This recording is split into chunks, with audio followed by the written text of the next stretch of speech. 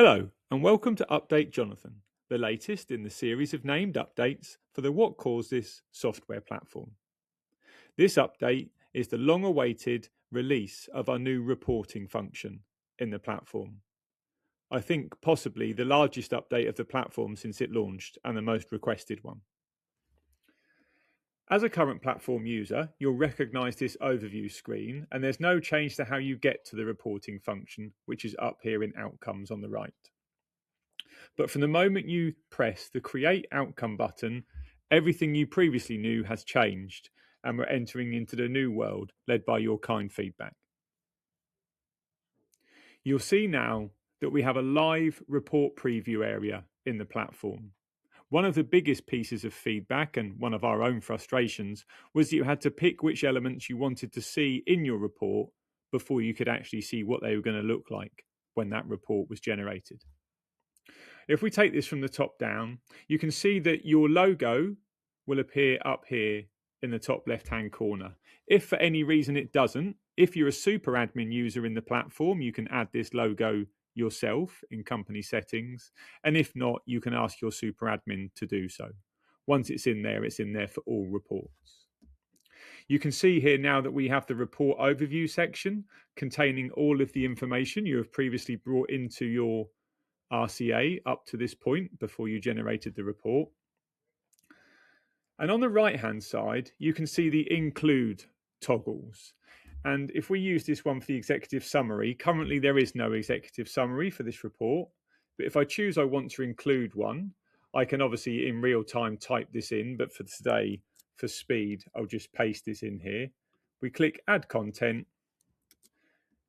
add this in here and save. And we can see how that's going to display in our executive summary. If for any reason, like all the other panels in the outcome report, you wanted to include or not include this, you can simply toggle that off. But if you put it back on, the content remains. Further down into the report, we can see the timeline of events that we've entered, either when we went into the create flow or as part of the editing of the RCA. Again, we can choose to include this in our outcome report or not. And anything that's not included or anything that doesn't have enough information to be included in the report will not show on the final version. It won't show as a toggled off area. It just simply will not include. But we'll include the timeline of events for this purpose. One of the most exciting elements of the new outcome report, and the most requested across all sectors, is the inclusion of the root causes here. And from a previous update in our platform, you can see you now have the option to select from the causal analysis whether they are primary, contributory, or root causes. And the ones that you select as root causes will populate this panel on your report. Again, if you don't want to include that, you can toggle that on or off. In our previous update, Update Isabella, you would have seen the new graphic that we've brought into the platform on the overview page and now through to the reporting, known as the event fingerprint. And this is where all the information you enter into your fishbone categories or cause categories gets collated into the colourful graphic here. So you actually get rewarded from categorizing the causal data, not just using it as an information gathering technique. Again, with all other parts of the generate report area, you can choose to include the event fingerprint or not in your report. The top 5 themes that were identified as we built our root cause analysis in the platform are shown here, but also this is a good opportunity to show you some of the jump links that we've brought into the report here. So this section gives us the top 5 themes that have been identified, but if we click this jump link, it takes us to the full list of all the themes and their percentages of coverage we have in the RCA.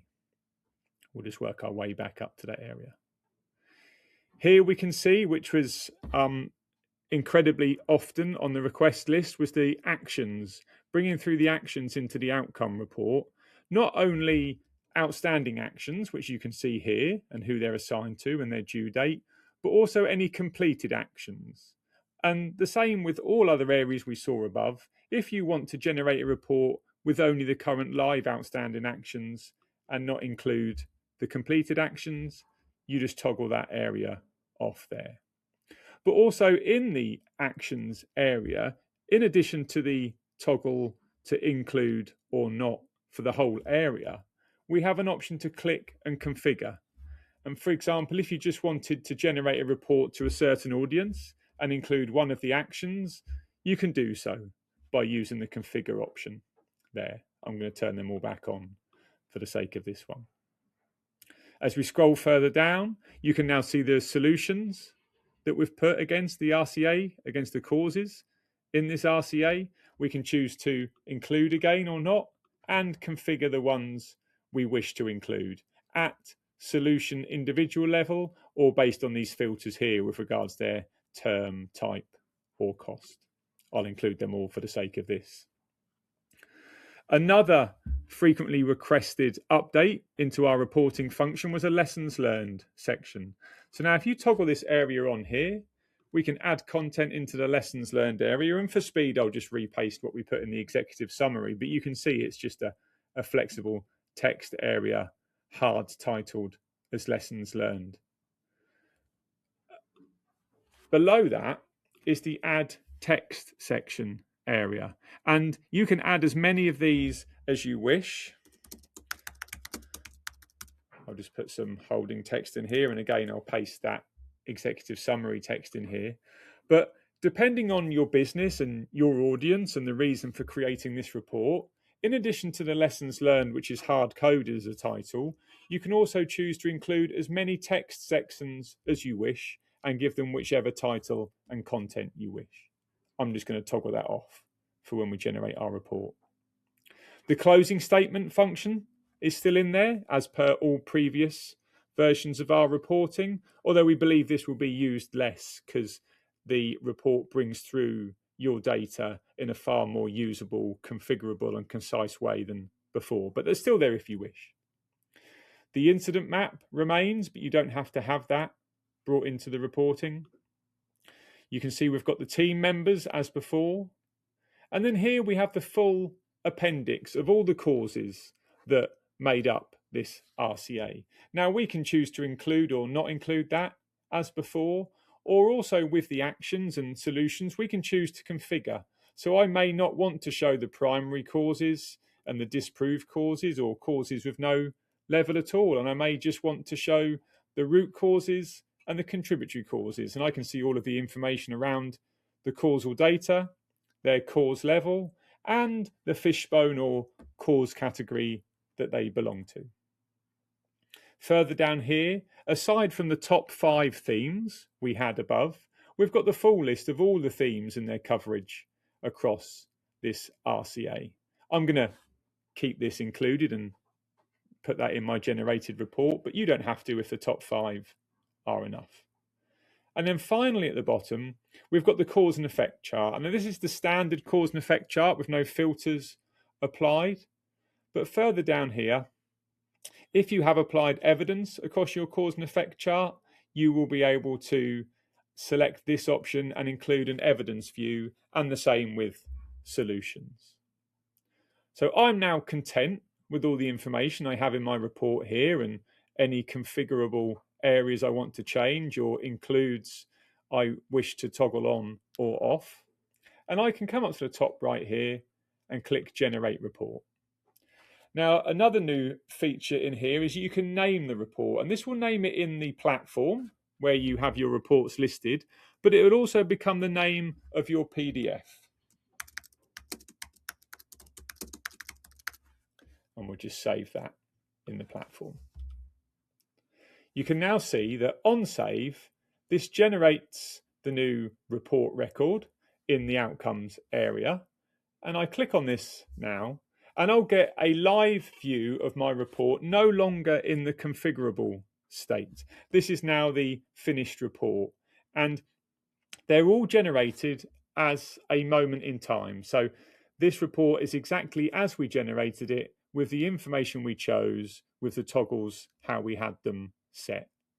So this is a really great way to communicate your report or your findings with colleagues in the business that are happy to view it on the screen, or maybe they also have access to the platform, and all the areas that we included in the report, including the lessons learned here, the map we kept in, the causes that we actually use the configurer to amend, so we don't see all of them, we just see the ones we wish, all of the themes, and the cause and effect chart.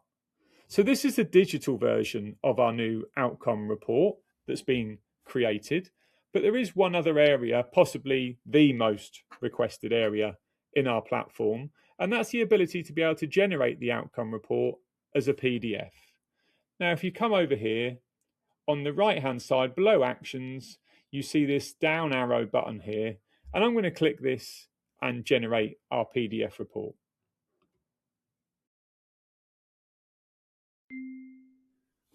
One of the features on our new outcome report configure page is the yellow messages on the panels when the content isn't available. This is shown here on the event Fingerprint panel, with the yellow text saying it will become available to include when all causes have been categorized. Now, if I go back to this particular RCA record and I go to the overview page, I can actually see that when it shows me the event fingerprint, it's telling me that it is currently incomplete. If I navigate to the cause and effect chart, it will take me from that click, it will show me the cause and effect chart in the cause category view, and I can see that here's one that doesn't currently have a cause category applied. I can then apply that to that cause box on the chart, navigate back to the to the overview page where it shows the event fingerprint, and then if I navigate to the outcomes area and click to generate a new report, that event fingerprint is now available for me in there because the data in the analysis section is complete.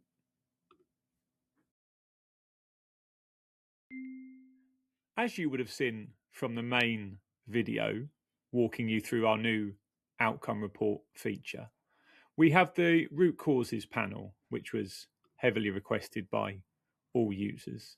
And this is the same as the event fingerprint. So currently the root causes panel is telling us it's unavailable because not all or any of the causes have been assigned as a root cause. So if I go back to the analysis section, I can now see that I've got all my causes categorized as either primary cause level or contributory cause level, but these ones currently don't have a level assigned. So I can click through and assign these unassigned causes as root causes. I'll just do that quickly now.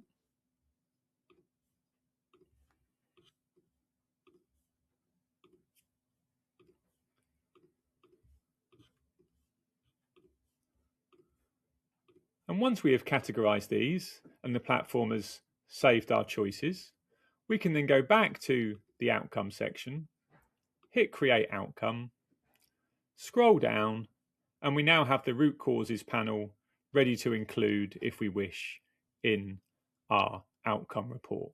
And also then, if we click the jump link to take us to Appendix C, we can also see those root causes there listed with all the other causes and their cause categories in the platform. It's just another piece of quick guidance showing you how to get the most out of the report areas in our platform and letting you know that if you can't see something, the yellow panel indicates that you can't see that because the data isn't complete.